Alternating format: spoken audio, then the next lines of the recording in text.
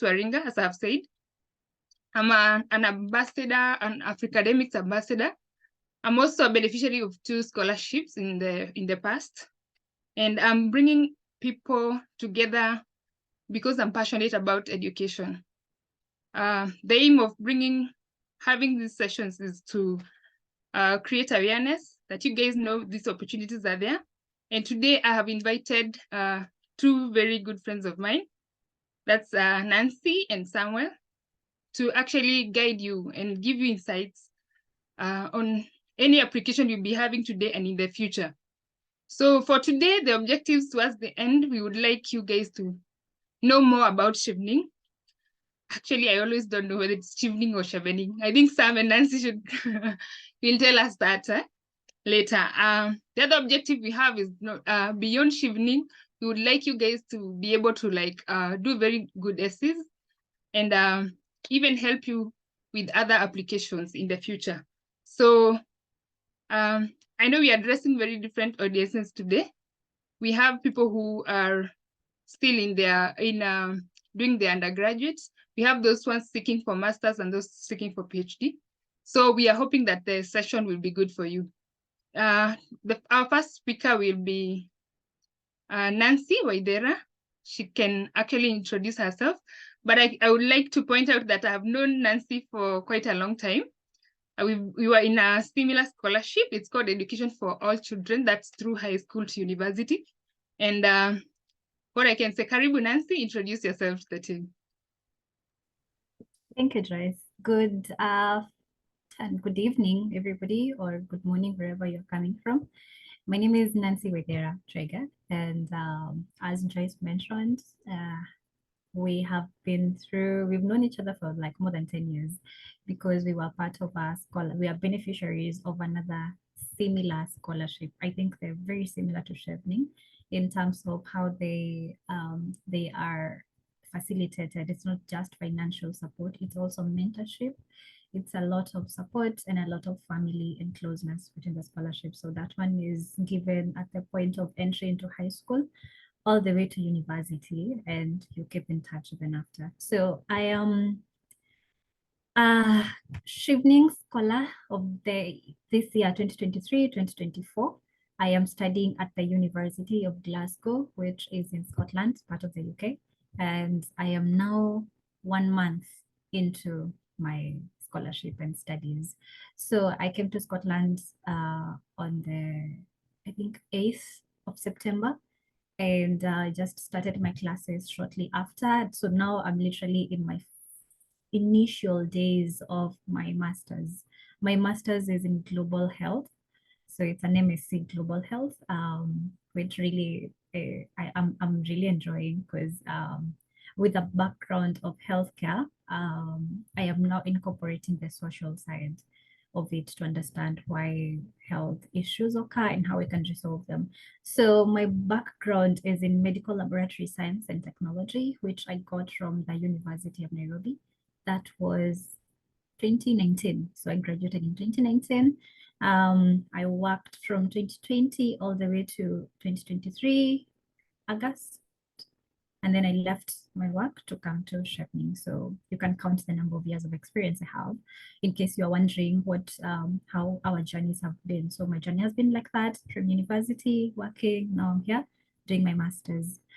I think also it's important for me to mention a few other things that I did other than studying and working, which contributed to me getting the Chevening Award. And I volunteered a lot, all the way from high school, university, and even after. So in university, I was a member of the Red Cross Club. So those of you who went to UN, we had a very, very vibrant Red Cross Society, and I was in the leadership. I was doing dissemination, training, mobilization, and such activities. So I got awarded several certificates of recognition in there and a few awards. So it was just doing work that helps community, like in improving the lives of communities, doing cleanups, planting trees, visiting children's homes, mentorship for schools, and all that. in addition to that, I also went back to my scholarship, Education for All Children, and I was giving back as a peer mentor.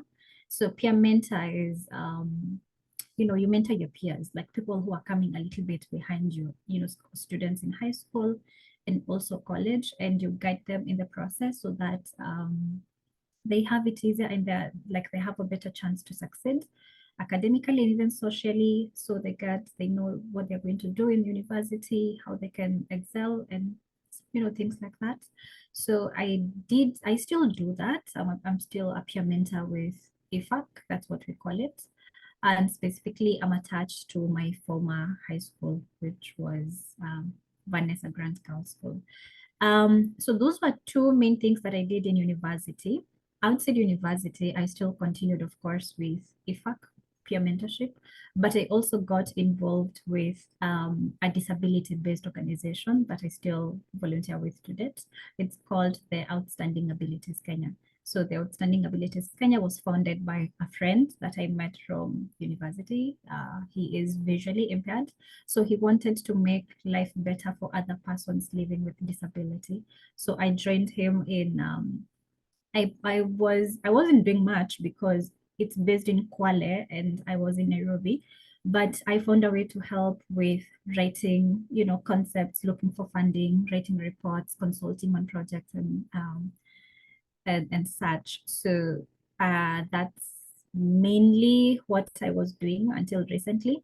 And the reason I'm giving these examples is so that you can know, you can see some of the requirements or some of the examples that you can use for your Chevening application and what they look for. It's just not looking for academic excellence or getting positions in particular organizations. It's looking for that other factor. What are you doing for your community? Are you mobilizing people? Are you passionate about something? So that's me. And my job today is to try to demystify what Chevening Scholarship is about. So I'm guessing the fact that you are here in this webinar, you have an idea of what it is and what it does, and you probably are interested in applying. So just short introduction, Chevening is a 1-year fully funded master's scholarship that is given by the United Kingdom. And it's been there for the last 40 years. If you've gone through all the material that's available online, you will see several prominent persons in Kenya who are beneficiaries of the program, including Amina Mohammed, Betty Maina, several lawyers, several journalists, and people doing interesting work to improve communities. The application timeline, it always, Chevening applications always open in September or thereabout and close around November. So you have about 3 months or so to make your application. Currently, the application has been open since the 12th of September and it is closing on the 7th of November. So you still have time to apply. So once you send in your application, which we'll probably talk a little bit, a little bit ahead, once you send in your application, it is shifted against, or it's checked against an eligibility criteria that happens immediately from November to December. And people who have not fulfilled the required criteria, that is graduating from university, specific number of work experience, they are removed. So if you have fulfilled the required criteria, you are moved ahead into the next stage. And the next stage entails reading of essays. As part of the application, or the most important part of this application actually is essays, which Sam is going to talk about in details. So your essay will determine whether you get invited for an interview or not. So they are going to be reading the essays from December, January, and then around February next year, they will respond whether your essays made it or did not make it. So there's another cut. So if your essay was good enough or it was impressive, they will invite you for an interview. So the interview invitations will come around February. So if you don't make it to the interview, expect to get a regret email around February. If you get around February and such. And after that, sorry. sorry. Then between February and April, they conduct interviews, and if you are successful, you get awarded an offer around June or July, and then in September you come to the UK for scholarship. So you've seen it takes almost 1 year. It's a lengthy process. It can be emotionally draining, physically, financially. At some point, you'll need to spend some money running up and down, getting references, and a lot of time. So when you're committing to apply, you would need to be emotionally committed to that entire process. So the question, rather the question most of you have been asking, who is qualified to apply for the scholarship, or what is required? What are the requirements for the scholarship? And at this point, I would like to mention that all this information is available on the Chevening website, chevening.org. So they have a very, very detailed, a comprehensive set of requirements that they need. But the basic one that I can point out, anybody with an undergraduate degree is eligible to apply, and you should be able to have graduated or gotten your certificate or transcripts by the time you are submitting your application, right? Or when they invite you, by the time they invite you for the interview. So if you're expecting to graduate in December, you're still in school, you're doing exams and final things and such, you can still apply, but make sure you should have graduated before the end of this year. They also need you. This is not the catch. They need you to have 2 years of experience. So these 2 years of experience, working experience, can be full-time, can be part-time, it can be remote, it can be volunteering, it can be also internships. So if you're still in school, you can find a way to consolidate all the experience you've gotten while you're still in school, attachments, internships, and such, and convince them that I did this and it amounts to 2 years. They calculate it depending on the number of hours, and there's a calculator, there's a guideline on the website on how you calculate your hours. So if you do not fulfill these 2 requirements, you will be in the first, when they're doing their first check, your application may not make it through, especially the 2 years of experience. However, if you know you have not fulfilled that, just make a strong case in your essay. You can be convincing enough.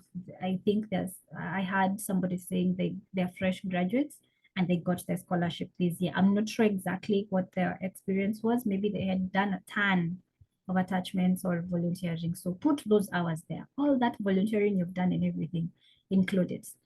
The third factor they look for, and very important, is you have to be an outstanding emerging leader. So what does this mean? Because it does not mean you have to be a CEO or a manager or a founder or those fancy titles that we associate with leadership, or a politician. Most of these titles just mean you're a good manager. You're not necessarily a good leader. Leadership comes with, or it's demonstrated with, or by very unique skills. Do you have ambition? Are you passionate about influencing people to come together for a common cause? Are you passionate about influencing positive change in your community, and specifically in your home country? Because the other factor with Chevening is you have to have passion to change your country. If you're a Kenyan, they're not looking for your impact in Uganda or Tanzania. They're looking at how your work is contributing to the status of the country you are in right now. You also have to demonstrate the ability to excel in an intense master's course in the UK. So I get asked this question a lot. I got a second class lower or a pass or something. Am I eligible for Chevening? So Chevening will not categorically say they want a second class upper or a first class or anything. That is not one of the qualifying factors. But you have to demonstrate with your academic, how you scored in your degree or something like that. You have to demonstrate that you can actually be able to manage and do well in a 1-year master's course in the UK. And as some may tell you, he has gone through it. Me, I'm still starting. It is not easy. It's a very intense 1 year. you're trying to pack all the content of most masters are 2 years, but as we do it in 1 year, including a dissertation and a lot of research. So you have to be able to demonstrate that you can actually do that. And how you will do that is based on your past or previous performance. So there's no categorical clear requirement of the grade. However, when you're applying to universities, most of UK universities require a second class upper, but you can check and check very carefully, check requirements, especially academic requirements, to confirm that the university you are selecting accepts your grade or your GPA. Some will actually even require you to submit a GPA of your degree or something. And then you have to have a clear vision of your future. Like, you have to know what you want to do with your life, and you have to convince somebody to invest in that vision that you have. If you're not sure, you're just like, I may want a master's so that I can try looking for a job, or because I'm bored, or because I want to earn more money. That is not enough to get you the Chevening scholarship. You have to know, to say that this is where I am at this point. I hope to be here in the next 2 years, and I hope to go there in the next 5 years. In the next years, I'll be here. So you have to have a very clear vision, what you want to achieve with yourself, and how does it help your community? How does it help you achieve, Chevening and the UK achieve their goals in your country? So that's just something you have to note. Chevening is not awarded based on whether you've got a first class or not. It's not awarded because your gender. Some may think because I'm a disadvantaged gender, maybe they will favor female or not. No, it's not because of that. But interestingly, this year we were more, and I think even last year, we were more females awarded than males. But I don't think that counts. I think we were probably able to argue our case better than the men. I don't know what it was, but that does not count. Age is also not a factor. You can get it even if you are 35. There's no upper cap or lower cap. So whatever age you are, your sexual orientation does not count, your religion does not matter, your marital or parental status does not matter, whether you're a single parent or you're not married or you're unmarried. Your financial ability also does not matter. This is not the scholarship where you come and say, I used to walk barefoot in school, or I come from a very tiny village in Kenya. So that will not count. If you want to use it, you can use it as a personal story to demonstrate why you care for a certain thing so much, but you'll not be awarded the scholarship just based on your financial disadvantage or your financial advantage.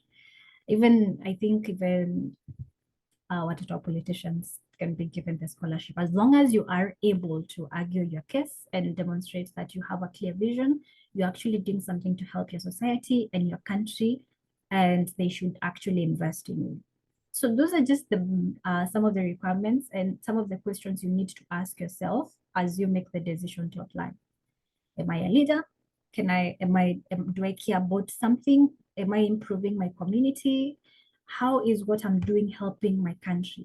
And how can Chevening or the UK benefit from what I'm doing or what I want to achieve?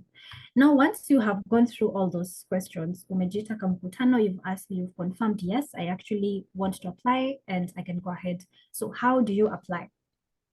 As I said, everything is done online. Go to the website, they have an application form. So you have to create an account, of course, and you will go through a first series of eligibility questions. It will ask you which country you are from, because it's given to specific countries.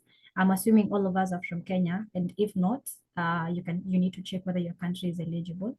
So you have to include your country and you have to answer a few questions so that you can proceed. If you do not qualify at that point, you cannot proceed, so you cannot fill the form. But if you are eligible, you can go ahead and access the form. So the form is a series of questions, of course, personal details. You will be asked your work experience. So you have to put in the number of hours, the place you worked, and I think your position, if I'm not wrong, and a few things. So this is the point where you will be tempted to lie that I worked at this point. I worked here more, these hours, but you actually did not. So They don't really, I'm not sure whether they call to confirm or they check, but if you put like a company that does not exist, it's something easy to Google, you'll be caught. And then after you do the work experience, then you proceed to your essays. Now, this is where most people get stuck because we don't like writing. It's a lot of work. So at this point, this is the point where now you leave that form on the website and now you come back to your Word document on your computer and start answering those essay questions on the Word document. And then once you are confident and you're satisfied with what you've written, you go back and paste online. So they have 4 essay questions. The first one asks about your leadership and ability to influence people. The second one asks about your ability to network and form relationships. The other one asks about your study plan, like why do you want to study in the UK? Why are you choosing the course you're choosing, and why the university that you chose? And then the last one is your career plan. You have to demonstrate what you want to do with your life, how this master's will help you, and how you're going to contribute to your country with the skills you get. So all these 4 essays have to be written in 100 to 500 words. So it's your choice of how many words you want to put. So if you do not reach this word limit, that is also an exclusion criteria. They will not go ahead to read your essays. If you exceed the 500, think it is also an exclusion criteria. So these essays, this will be the bulk of your application. Basically, this is where you do the work. So once you're confident with your essays, then now you can proceed you have to upload some documents, and these documents, you don't actually need to upload them during your application. These documents, you can submit your application in November, and then you're given some time to upload the documents. The first one are the academic records, like the degree or transcripts. They are needed by 20th of February next year, or around that date. Same to references. You have to get 2 references from either a professional or academic referee. So this is where you go back to your professors or your lecturers back in university and request them to please write a good reference for you, or your boss or your manager or somebody who knows you and they can say something good about what you actually wrote in your essays. So the references have to echo you, like they have to tell the same story with what you said. Like, who is this person? Your referee should not be saying one thing and you're also saying something different. Like, there should be something relatable. They also ask you to upload one unconditional offer from at least one UK university. Now, somebody asked this question. When you're applying for the scholarship or when you're submitting the application, you do not need to have an admission letter at that point. The admission letter is required like uko katikati July, like June or July. Actually, they need it once they offer you like when they tell you that you've succeeded, you've gotten the scholarship. That's when they'll start telling you upload an unconditional offer by this date in July. So during your application at this point, you should not be worrying about getting or securing admission in universities. Yes, you need to start thinking about it, but it shouldn't be your priority. At this point, you need to shortlist your universities, be sure you need to apply. This is where I will apply, and this is the course I will apply to. And then after you submit your Chevening application, take your time to now apply to those universities. Now, this is the catch. In your application, of course, you will need to list the universities you're going to apply in order of priority. You have the first choice, second choice, and third choice of universities. Preferably, you apply the same course in 3 different universities. You can also try to apply 3 courses that are related in one university, but that is discouraged because you need to spread your options. You apply to like 3 different universities, same course, so that when you miss one, you can get the second one or the third one. So in your application, you have to categorically say, I'm going to apply to the University of, say, Glasgow or Edinburgh or Reading or Sussex and stuff like that. And then you grade them and you have to justify in your essay actually how you reached that decision. So if you say that you're going to apply to the University of Glasgow, and then later after submitting Chevening, you see something, I want to change from University of Glasgow to something else, it's not possible to change in that application form once you've submitted. However, in case you want to, there's one university that you really want, you can still go ahead and apply to the university and argue your case during the interview that I actually checked and I would like to change my university from this to this. But you have to be very convincing, why you want to do that change. Then you need to have at least an ID or a passport, something, a form of identification. You'll put in the details like the ID number or the passport number during application and show it, or you may be asked to show it during the interview stage just to identify yourself. Now we've said that degrees and transcripts and references and passports are not necessarily, you don't need to have them when you're submitting your application in this November. However, if you're applying to university now, they may require, most of universities will, of course, you will need your degree and transcripts to apply to university. You will need references.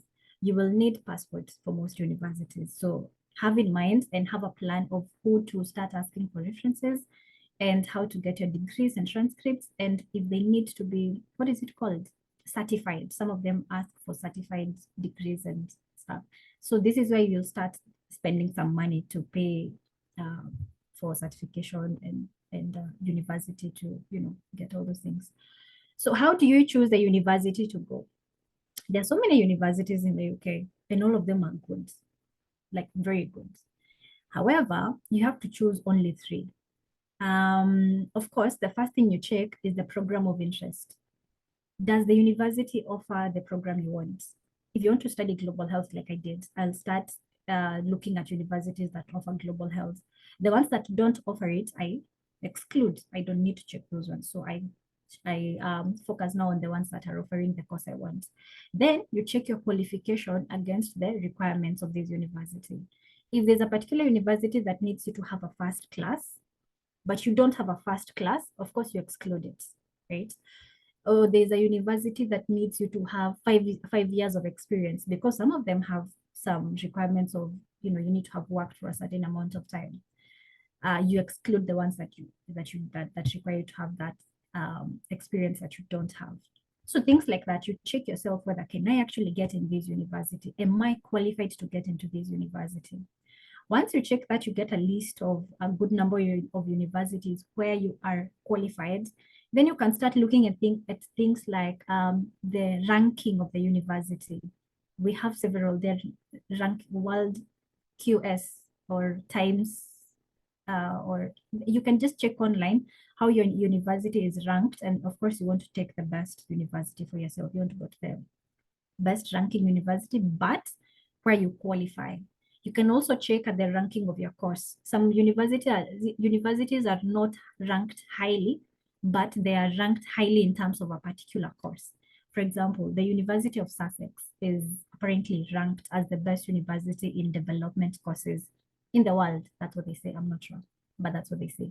However, okay, if you check in the global ranking of universities, you will not see it among the top 10 or top 20 or that. So you can choose to look at how good is the university in the course that you want to do. You can also consider the reputation of the university. What do people say about it? Is there a certain professor that you are interested in working in and they work in that university? What kind of research are they doing? Are they committed to sustainable development goals? Do they have, I know there was somebody who was doing a program in urban design or something, and she was looking for university with the best, like the greenest university that was there. What is the history of the university? Mine, the University of Glasgow is very old. We have very historic buildings, and that's something I'm interested in because I like history. And they also have a center for disability and stuff like that. Once you consider all these factors, you'll be able to settle on your universities. You can also look at things like university groups. In the UK, well, in the US, let's start with what we know. We have Ivy League universities. In the UK, we have Russell Group universities, or sorry, Red Brick University. Red bricks are just universities that are really old, like the oldest universities too, and they formed like a group, so they're very prestigious. Russell Group universities are research oriented, like they are committed to research. Like mine, it's a Russell Group University. There are others that are good in business, like they're called, I think they call themselves University Alliance. So based on what you're looking for, are you going for prestige? Are you going for research? Are you going for business? What are you going for? You'll be able to shortlist your unis. You can also consider the location. The UK has, is it 4 countries? We have England, Scotland, North Ireland, and Wales. So where do you want to go? Me, I really wanted to come to Scotland, so I had to choose. I chose Glasgow. I also was interested in going to Ireland, so I had also chosen Queen's University Belfast. I did not want England, so I didn't choose any university in England. So you look at all those factors. You can also consider the cost of living. If you want to go to London, I don't know whether some went to London, but it's very expensive and a bit. People are struggling there right now. But of course, Chevening will give you enough money, but it's never enough. You may also want to consider the weather. Where I am is extreme. The weather is extreme. I knew during winter we get like really short days, and compared to somebody who is in London or England. So consider the weather. If you're allergic to cold, maybe you don't want to go to a very cold place, and maybe you want some sun, you want the beach, you have to choose like a beach university like Kent and things like that. Is it in the city or in the countryside? What do you want? You can also consider the English requirements. And this is something maybe most of you are wondering. There are some people who are not interested in doing the English exams. So when you're shortlisting your universities and you see that they have English, they need you to do IELTS or an English exam to prove that you can actually speak English or study in English. Maybe you say no, you don't want that one. So you go to the ones that are flexible in terms of English requirements. And some of them will actually they know, like a country like Kenya, our curriculum is in English. So they can have a list of countries where you don't have to prove your English. Others will ask you for your KCSE grade so they can look at how you performed in English.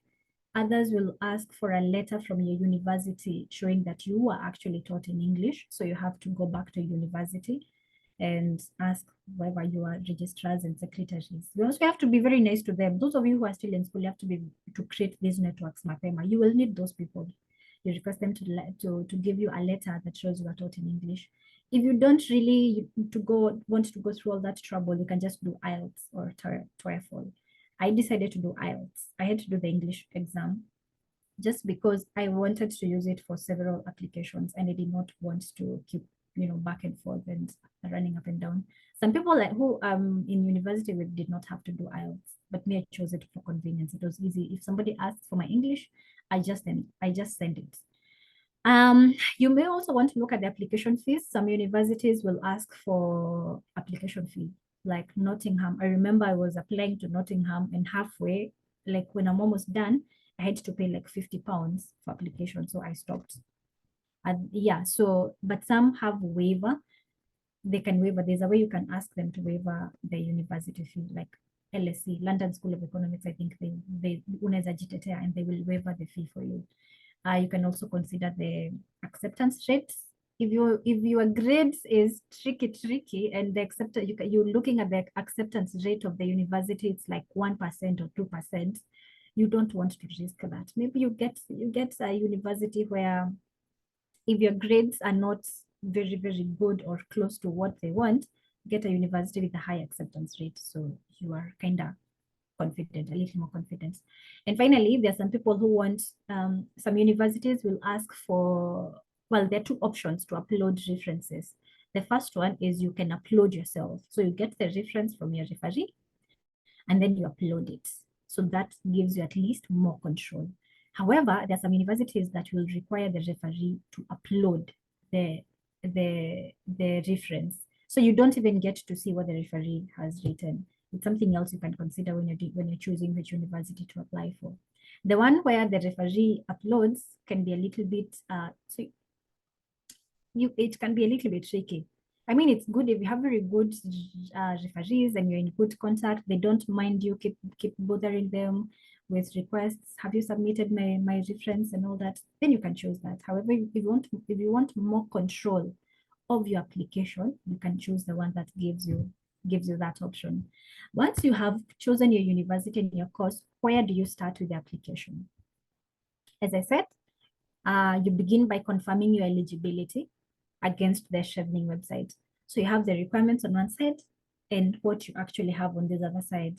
So you check, am I eligible? Years of experience. Do my years of experience fit the number of hours they want? Degree from a university. Do I actually have a degree? Those are actually the basic requirements. The others are you have to make your case. The leadership, networking, and all that. You have to make your case. Once you confirm your eligibility and you commit and you prepare yourself mentally in terms of resources, in terms of time and everything to apply, you start by filling the basic details in the form. These are the usual: your name, your address, your email, your phone number, ID number or passport if that's what you're using. And at this point, you need to be very, very careful. You do not want to be denied the scholarship at the first, at the first shortlisting, just because you misspelled your, well, okay, you wrote the wrong email, or you wrote the wrong number, or you answered one of the questions incorrectly. At the end of the application, you have some declarations that some questions like, I confirm that I am not employed by the UK government, or I have never been to the UK, or I do not have dual citizenship in the UK. And if you make a mistake and you tick yes or no, that's a very silly mistake for you to miss the scholarship. So you have to pay attention to details. In fact, if you can get somebody to go over the form for you, just confirm, those silly mistakes are not there. That would be good. Once you fill in these personal details or the basic details, then now you can start them drafting your essays. Some will go into the details of how to go about that, but you would write your first draft. You have to start from somewhere. Just a normal essay. An essay an essay consists of an introduction, a body, and a conclusion.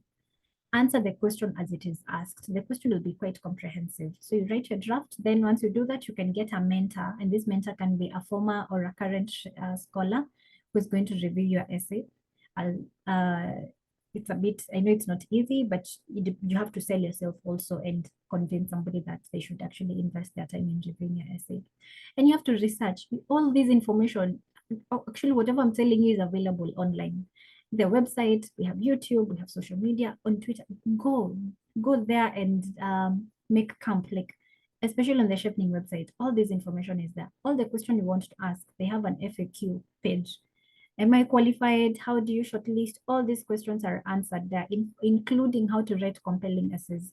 Go into the Chevening website, UK in Kenya website, Twitter, Facebook, look at what they're talking about. What is the High Commissioner coming? Right now, the King is actually, I think he's coming to Kenya, either or he's there or he's coming, I don't know. What is he coming to do? Have you included something about that in your application? Like, be aware of what is going on. Continue editing, continue being in touch with your mentor, and once you are confident that it's okay, you can now submit your application. So in a few top tips, or somebody asked for cheat sheets when you're applying for the scholarship. It's just what I said. You have to infuse your application with a purpose, like give it substance. Let it not just be examples that I am the CEO of this, or I founded this, so give me the scholarship. You have to say why you are the CEO of like how is you being the CEO or the founder or volunteering in this area helping you or helping your purpose and helping your community and your country, and why should this person invest in you? So you have to choose, when you're rating your examples, you have to choose the most powerful, the most relevant, and the most recent examples. If you're currently working, you don't want to go back and start saying, when I was in high school, I was the captain of this place. That is too far gone. Choose the most recent and the most powerful and relevant examples. And do not want to squeeze all examples in the application, like just saying, I am this. You may have very strong, like a lot of strong examples you want to include about your leadership or networking, but like 10 or 5 or something, those are too many because the words are limited. Choose around 2 or 3 that will actually demonstrate who you are, and you can argue with them and convince somebody that, yes, this is who I am. And when you're answering your questions, use well, you're giving examples, you want to show what you actually did. If you worked in a team, stop saying, do not be modest. Do not say, we did this. We started this initiative. We did. You have to use I, because it is you applying to the scholarship. What was your contribution to that team? What exactly did you achieve? So this is not the point to be modest or something. So be very confident and believe that you are and demonstrate that you actually achieved something.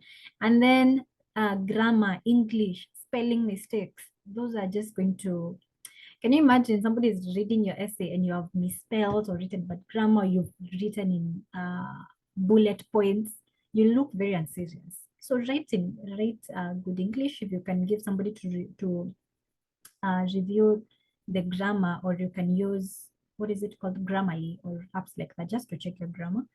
That would be good. Submit something that is consistent, it is logical, it is flowing, and make sure it is true, because you will get the urge to exaggerate some of these things. Nobody will ask you for evidence, by the way. If you said you were founded as an organization at certain point in time, nobody will ask you for the registration document. However, there's a way that you will be caught if you lie. There's a very high chance you will be caught if you lie. So make sure you argue your true story. Who are you and what have you done and what do you want to do? And then, as I said, it's best when you're doing your essays, you write them offline and then you paste on the application. Finally, as I said, it is important to get a mentor or somebody to review your essays. Now, this is where many of us go wrong. I feel like a bit when you're asking for help about anything, always remember to be courteous. Because most likely this person is a stranger and you feel like they should help me. Like, you feel, see, you got the scholarship, so you should help me. One thing is, many of them are very busy. They're probably doing masters, or they're working, or they are like me. I've just started my masters. I'm busy adjusting to a new country, new system, assignments. So I will pay attention, and I will invest my time in somebody who I think, or I feel like is worth that investment. So when you're going to ask for help, always be courteous. Take feedback positively. I have seen very interesting feedback that some people, like, you are requesting for somebody to help you, and then you send very funny responses when they ask you that they cannot share their essay, because you'll be like, can you give me your essay as a guide? Personally, I'll not share my essays, by the way, not in a bad way, but it is because we all have a very unique and personal story. One of the things you will realize in this application process, it is extremely personal. It's very personal. Like, you'll get to a point where you even feel inspired by yourself. Like, you'll feel inspired. So it is very important for you to do the authentic work yourself. Do the work, you know. So if you get somebody's essay, you will want to curate it, or you will want to write what they have written, or align with what they have written, and that will blind, or that will deny us a chance in seeing who you are. So take positive feedback, be very happy, what is it called? Be polite, be courteous, and be open to positive feedback. The person who was actually reviewing my essay was a stranger. I got introduced to them through by IFAC, my high school scholarship.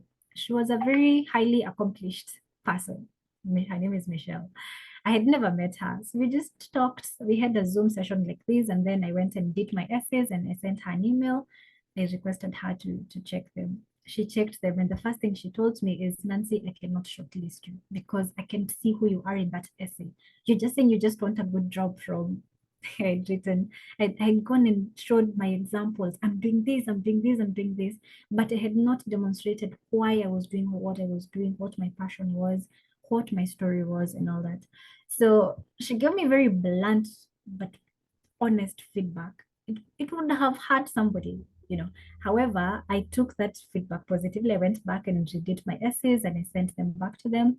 And she was happy. She was like, no, I feel inspired and I can actually shortlist you. And interestingly, former Chevening awardees, they're actually involved in the what is it called, in the recruitment process. You'll see them when they're doing interviews. In my interview, one of them was a Chevening scholar. I think, I don't know how many years ago, she was given the scholarship. So they are included in the interviews. So if you get somebody who has gone through the process and they actually, so they know what they're looking for, they are actually part of the recruiters, not really recruiters, like people who are checking you whether you are good enough for the scholarship. So be ready to put in the work. Do not plagiarize. Do not go online and start buying. There are people who will actually tell them to pay them to write your essays. That will not work because you will not own it. This story has to be consistent. We said it's taking 1 year. If you write it right now, you have to remember what you wrote now next year in April when you're doing your interview. So you have to, it has to be something authentic, something you actually believe in, right? So things like buying essays or going online and copying what somebody else has written, using ChatGPT. There's somebody who asked if they can use ChatGPT. The thing is, if you use it, somebody else will use it and you'll give the same essay, and it is generic. It has no purpose. It has no meat. So be ready to put in the work, have a clear understanding of your goal and what you want. Also join a community. There are Facebook groups, WhatsApp networks, and those are the people who will actually walk the journey with you. I think in our current cycle or cohort, as I finish, is they actually, most of them went through the application process together, all the way from writing essays to practicing for interviews to getting the scholarship to traveling and everything. They had a WhatsApp group where they were supporting each other. So find those networks, talk to people, believe in yourself, believe in what you're saying, and convince, once you believe in it, once you believe in you can be able to convince somebody very well and very easily. And also extend grace to yourself. Be gracious with yourself. Take rest. Take your time, and you will believe that you can get it, and you'll actually get it. So that's I think what it takes to get to get the scholarship. And Sam will now go into the essays. Sorry if I took a lot of time. I think I needed to say that. Thank you, Joyce. I'm done.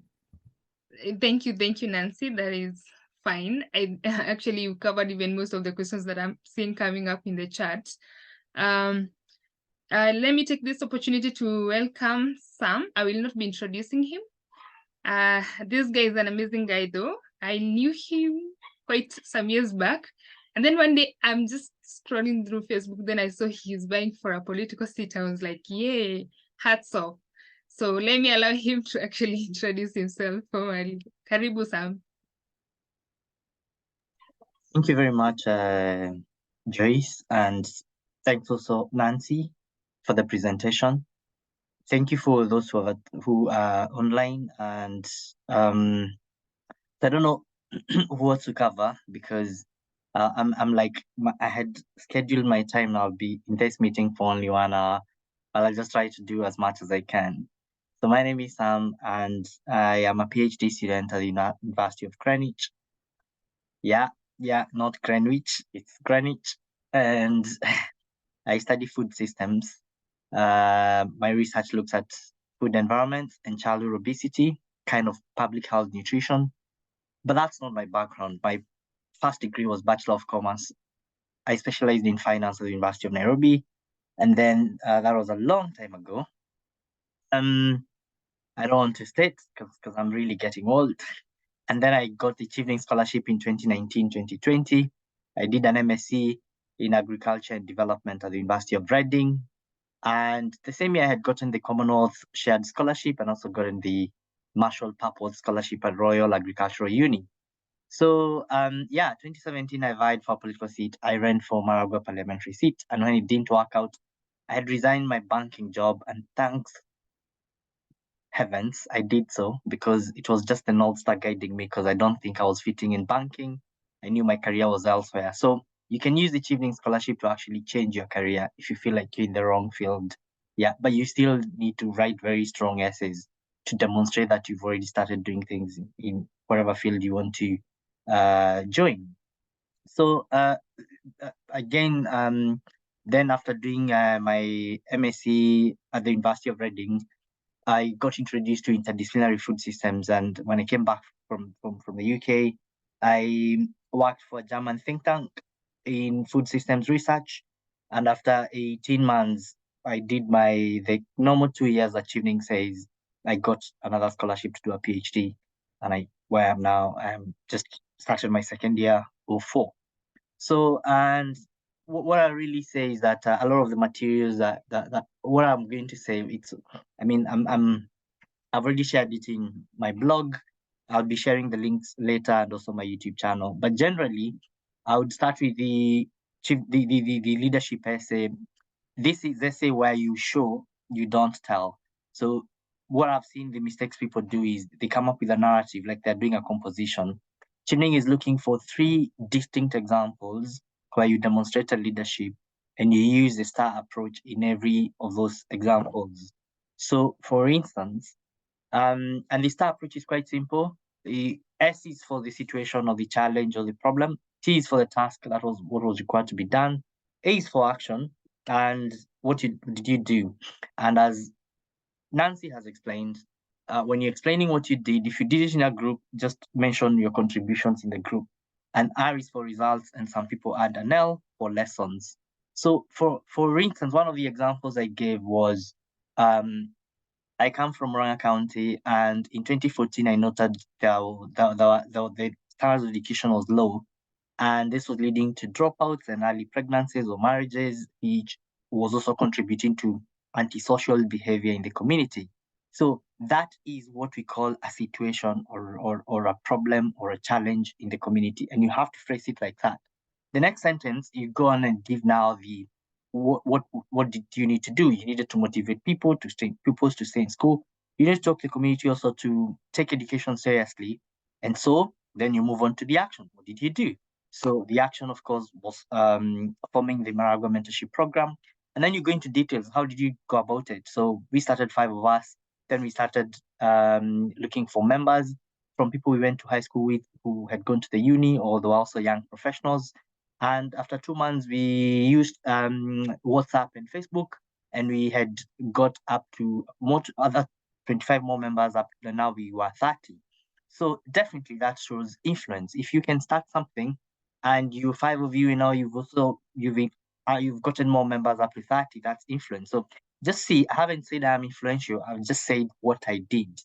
So, but someone can conclude and say that person is influential. Then I go on and give what else do we do? We started going to schools, doing mentorship. Then we expanded our activities to donating geometrical sets to students to do well in maths. And then I continue and give, how many schools did we do? By 2018, we had gone to over 100 schools. And then I explained that the success of this initiative led to my nomination as a board member in my former high school where I've been serving since 2016 or 2015. So definitely, that's how you give an example. And then you give another example. Can you see how my examples are really specific in 2014? So then you go and look for another example. Probably you volunteered somewhere and you had a challenge. So maybe you are fundraising. What exactly? Then you give this in steps in what you do, not necessarily writing a composition as people have been doing. And those examples they don't have to come from workplace. You can have 2 workplace examples and have one from your volunteering activities. I've reviewed so many essays since 2019, and this doesn't say that please do not inbox me asking for me to review essays for now. But I have seen also people including things they've done in their church because that demonstrates their leadership. So the thing is, do not just give 3 examples from work. Otherwise they look thin. So it's good to have examples from diverse either workplace and also some from volunteering or other activities that you do. So, and this will come from if you're in Rotary or in Rotaract, Toastmasters. If you're in other activities, like if you've done yearly, I know most people who get Chevening scholarship also yearly alumni. So those are things that you have to bring into your essays. I don't want to go into details, but also your essay also needs an introduction, especially the leadership one. And generally do not go on defining leadership. I say define leadership based on what you've done. Instead of saying leadership is about having a vision and influencing people, just say my leadership journey has been having a vision and influencing people. And that's exactly what you're going to demonstrate in your essay. So don't just use an introduction that does not fit into the examples that you'll give. Finally, your essay should have a conclusion. And I've said, please, this is a structure. Introduction, 1 paragraph, 3 distinct examples, 3 paragraphs, and a final paragraph on conclusion, which should probably be even 1 sentence or 2, saying how Chevening Scholarship will help you probably grow your leadership skills and to what end or how. Of course, Chevening selects the cream of the cream in every country. So, of course, being part of that network also means that your leadership skills will be harnessed. When it comes to the networking essay, again, please do not.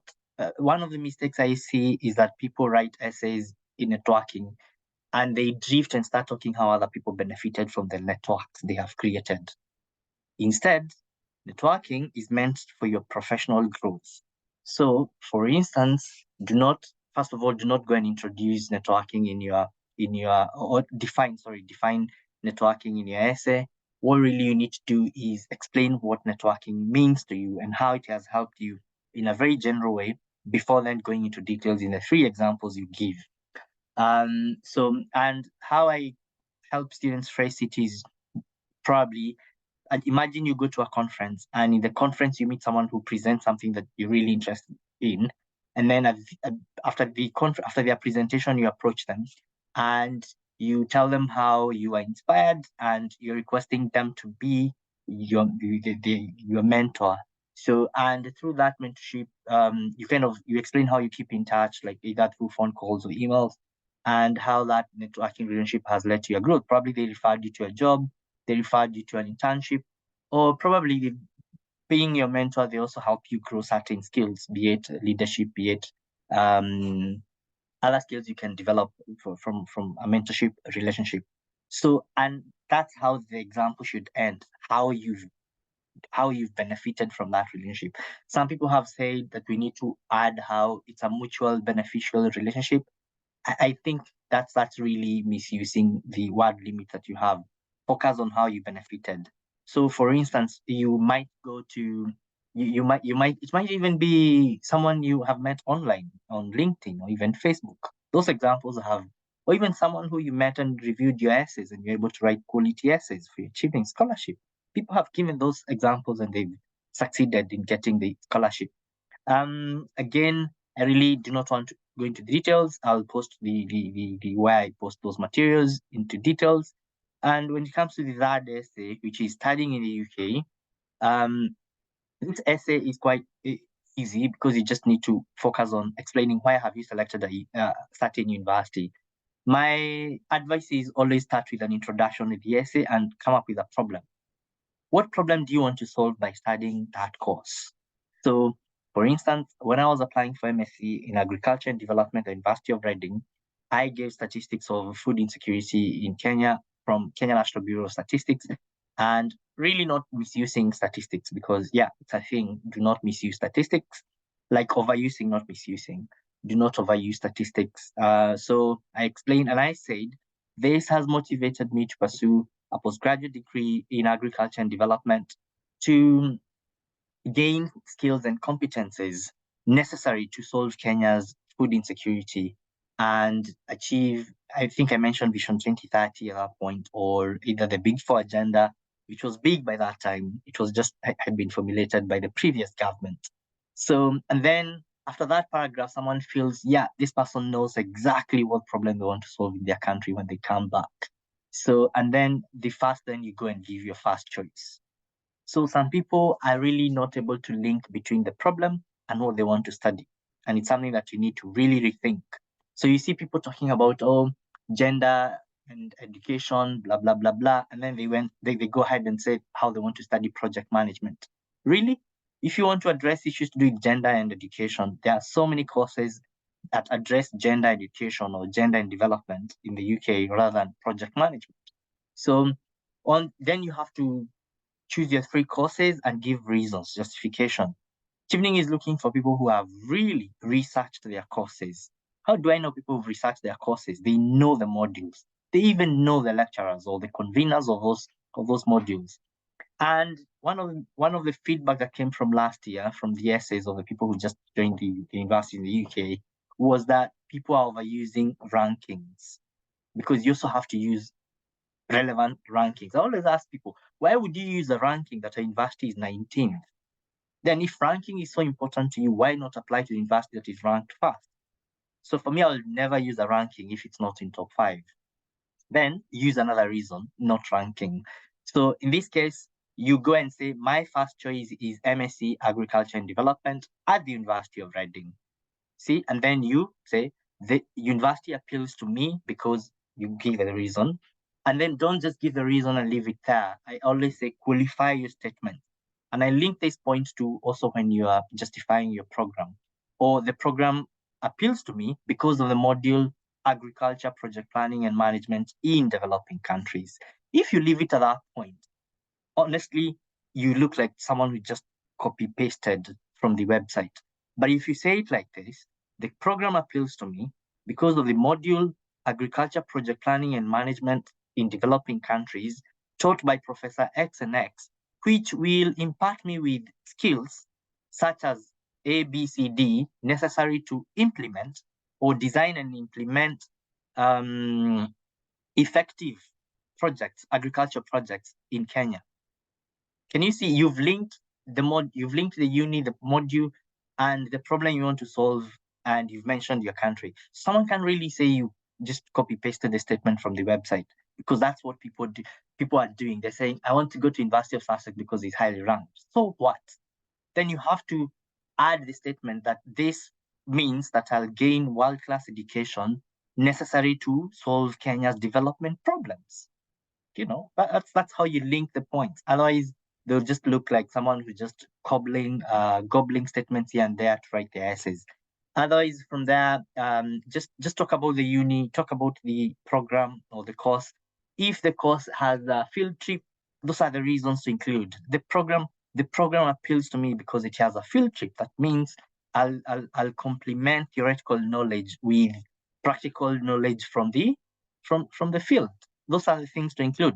I really do not want to go beyond this, because that is the format or the structure that you need to use while writing the 3 courses.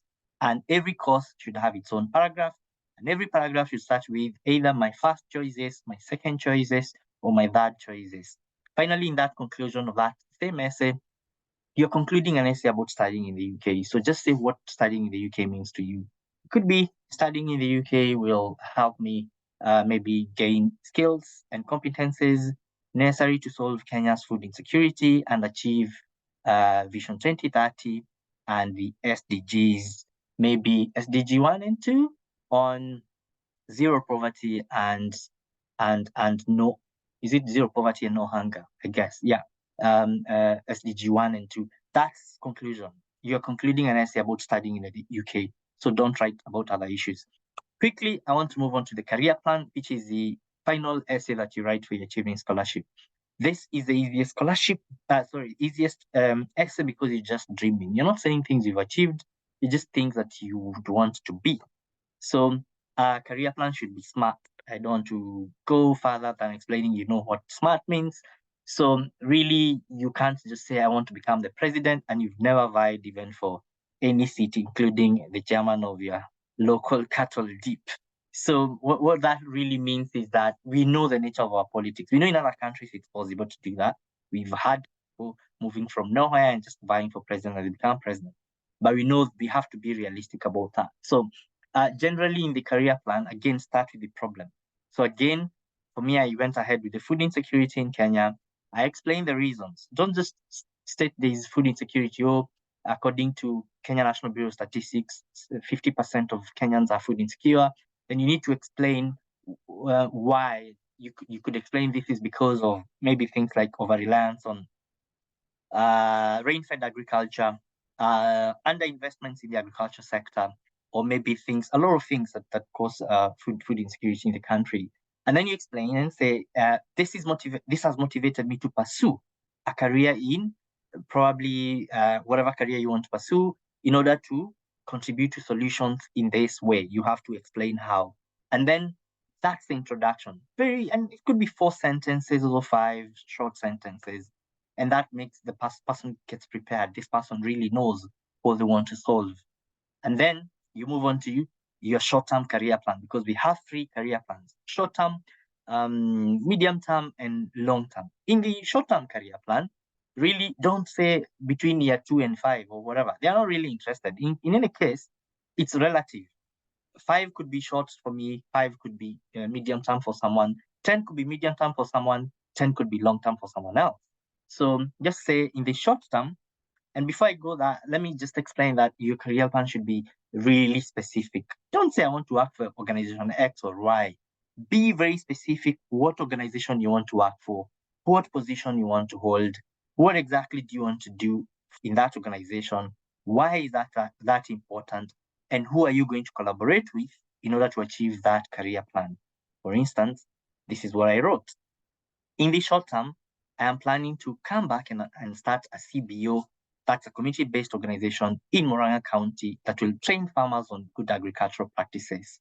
And in this role, I explain what exactly I want to do. I want to partner with Ahadi Kilimo, or rather credit facility organizations offering loans to farmers, and also partnering with county government. Remember, agriculture was or is a devolved function.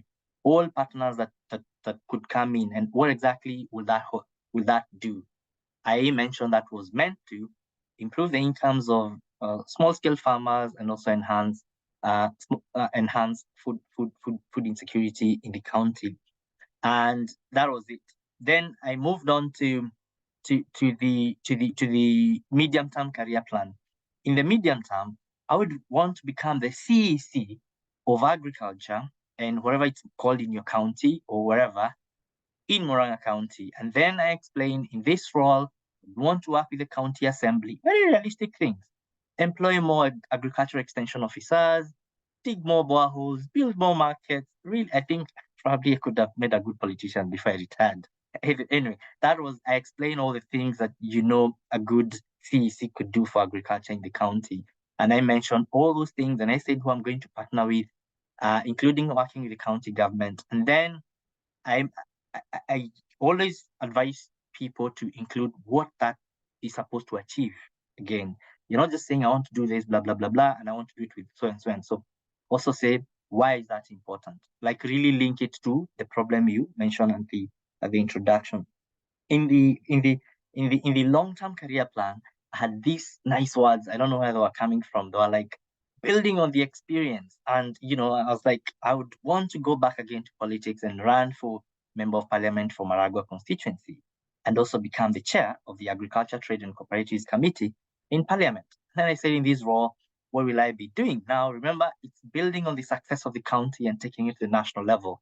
So making laws that really support agriculture at the national level, and also being part of the delegations that will negotiate trade agreements touching on agriculture. And this is when I could bring in the UK and say how we trade a lot, and how in that role, I'll also enhance or foster relations between the two countries. Because when two countries trade together, we also enhance the relations. Honestly, that's what I wrote. And then I concluded my essay and I said how pursuing that career plan will help in achieving SDG 1 and 2 on zero hunger and no poverty. Sorry, having zero no poverty and zero hunger, and Big Four agenda and Vision 2030 in the country. So that's all it has to be. So ideally, my conclusion is Chevening is looking for 4 essays that tell a single story. I am a leader, or I'm an emerging leader, because I have done this and this in my community. And they don't have to be big things. You don't have to have run for MP. You don't have to do big things. I mean, it's just basic things, including what people do in church. And then you say, I'm a great networker. And if you give me that opportunity, I will not waste it. I'll leverage on the networks I will get in the UK to grow in my career. And I know exactly what I want to do because I know the challenges facing my country or my community. So the only thing I would say, do not depict your country in negative ways, like saying our country is whatever, all those things that people say. Say it in a very modest language. And I really don't have anything else to say other than posting the links of because this information I've been sharing it for the last, I don't know how many years. And anyway, I think I'm done. Jason, thanks for organizing this. Unless anyone has a question, very burning. I think I'm running beyond time. I run really on specific timelines. Sorry. And I hope I wasn't too fast. You did so much in such a short time. Actually, it's very great of you. At this point, because of the interest of time, I would also like you to stay for a few minutes so that you can take a few questions. So in case anyone has a question, it's time for you to unmute your mic or raise your hand. Then I can coordinate that very fast.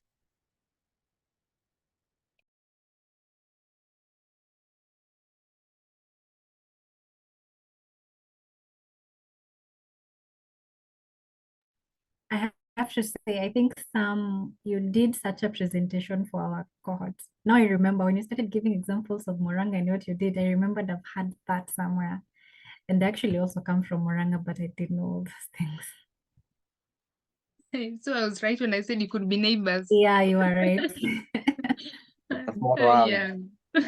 Yeah. Very interesting comment by Boniface. Boniface, do you want to tell us something?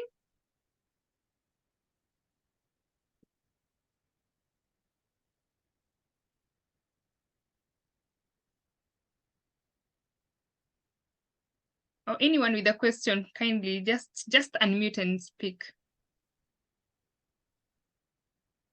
Maybe as whether they want to say anything. Chevening is also the journey of writing the essays, and I'm sure Waithera, you'll agree with me. It's also kind of, it inspires you. The more you write these essays applying for many scholarships, you kind of feel, I think this thing could happen. I have a plan. You feel like you have a plan now for your life. So by the time I finished my essays, actually, I was applying for international development because I wasn't really interested in agriculture, but I wanted to solve Kenya's development problems through agriculture. And then I bumped on a course and I was like, they actually don't need me to have studied agriculture. Why am I going to contribute to development through agriculture rather than studying agriculture and development itself? I got inspired that day and I just sat down with my phone. I was using a phone by then. I didn't even have a laptop. So if you're struggling with all those things, I didn't have a laptop by then. I was so broke after the elections. So I just wrote an article of 500 words, why agriculture should top Uhuru's Big Four agenda. So I was like, you really don't need even to focus on manufacturing, because if you work well on agriculture, then it will trickle down to manufacturing. Housing, I didn't feel like it was really a priority. We would really have focused on, and even health. Believe you me, and I believe this today, if you feed people well, you'll eliminate half of the health budget. Because most of those things are preventable. So we really needed to work on agriculture and nutrition, right? So I wrote that article and I was like, maybe I should start a blog. I went to WordPress and started a blog. That blog, I wrote that article. And then I was like, I could even send it to the Nation. So then I sent it to the Nation and forgot. Then 2 days later, someone calls me and tells me, you know what? Your article is in the Nation, Sunday Nation. No, is it Sunday Nation, Saturday Nation? I was like, maybe I could start writing articles. So by the time I was doing my interview, by the time I submitted my essays, I had not even submitted an article to any newspaper. By the time I was doing the interview, I had been published in the 3 daily newspapers in Kenya, each like 4 articles. So what I'm trying to say is that came through writing the essays. I was like, I could be this person. So just also think how you could start small. You might have all those big dreams, but how do you start small? So what can you do right now? What can you do today? You might not have all the necessary equipment to do all the things or even start a mentorship program, but you could start with 5 kids in your village. You could start with your local school alone and go there on Saturdays and speak to them. Yeah. Sorry. I really would want to take this question, and Sharon, I wish you asked this question in the main group. Do you need to have held an actual leadership position? No. Actually, people who think Chevening is about positions fail badly because they come and describe, I have been this, I have been this, I have been this. Chevening is not interested in hearing what you've been. Chevening is interested in reading what challenges have you solved, whether you've been in a position or not. Sometimes you could be in a committee, not necessarily even leading, but you've contributed to solutions. So they just want to have that feel of how you've done that. So in my community, there was this challenge. Then this was happening. Then this was what was required to be done. This is exactly what I did. 1, 2, 3. And you're writing it in prose. And these are the results. But people who start their essays, every example, and this is something I've seen. Sorry, I feel like I'm running out of time, and I speak very fast sometimes when I get into the mood. So people who, from reviewing my essays, people who say, I have been the chairperson of Muranga Students Association since when? That's not how to start an example. But if there's a problem you solve while being in that position, that's where you start. And you could even say in 2021, while serving as the chair or treasurer of X and X, I noted this and this challenge. The challenge was affecting us in this and this way. So then you start explaining what you did. You see, you've not started your essay by saying you're in that position. You started by talking about a challenge that occurred while you were serving in that post. So yeah, you don't need to have held an actual leadership position to have led.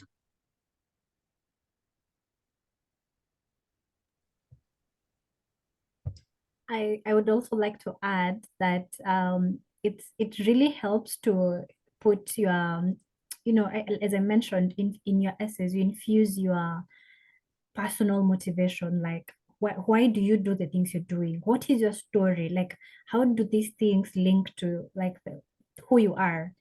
It could be something as simple or as straightforward as I faced healthcare problems. I was at this point I couldn't access healthcare because the system in my country is just not working, or I lost a relative to cancer, that's I want to do cancer research, or very personal things, but keep them very short. Don't make them the center of your attention. It can also be you have not gone through that thing, but you believe that even people going through that thing, you want to help them, you want to make it better. It's like the way I'm working with disabilities. I do not know any close family who has, who is living with disabilities.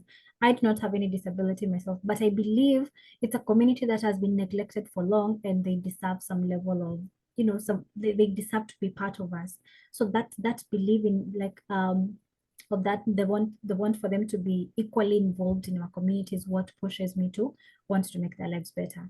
So would make it personal, but not too personal to say that I was walking to school barefoot and stuff like that. So just have a reason and a motivation and a purpose in your goal, and they all need to tell the same story. As some said, it has to be consistent, write in prose, make it logical, so that when this person is reading your story, they can actually say they know this person. And then during the interview, they put a face to the name. So it's a way to build a, introduce yourself to wherever you are, to your scholarship or whatever, whoever is giving you the scholarship. So yeah. That's really important, because I remember there is so if for example you faced hunger and you'd want to just use that one sentence, don't overuse it, and you want to study food security, then you can include it. I know someone in my cohort who used an example of how they faced a crisis when they lost both parents, and he kind of had to step up and be a leader. So he kind of used that one of the examples was about that actually, and it worked for him. But what I'm saying is, you're not trying to seek sympathy. You don't make it, as Nancy has said, don't make it the center of everything. You'll just see someone who is like, oh, give me the scholarship because I'm this. No, you're saying, I'm a leader because I have demonstrated through this example, through this misfortune that happened. But please don't overuse it. And that was what you said. Yeah.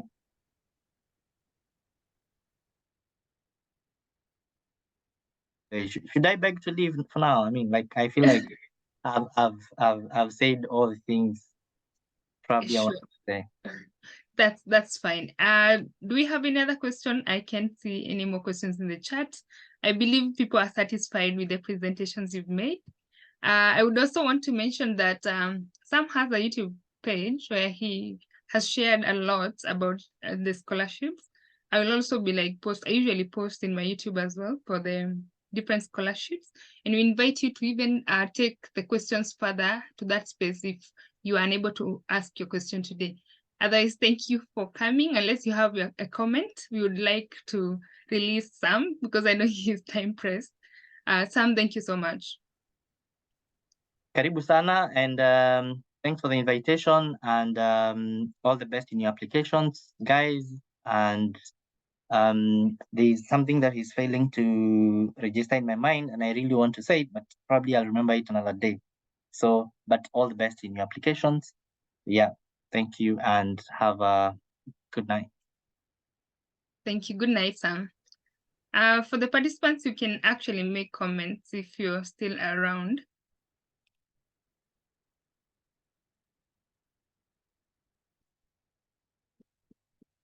Kabuga, Jennifer, you've been so quiet.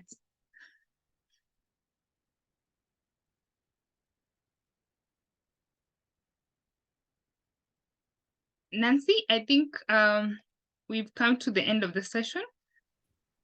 I'm not seeing any other questions unless somebody has maybe inboxed you or something.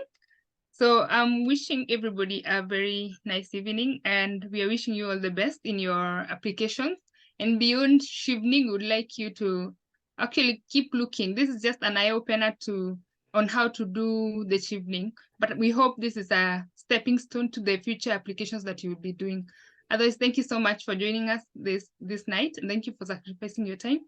And have a good evening and a nice weekend. Thank you, Joyce, for the forum. Bye, everybody. All the best. Bye-bye.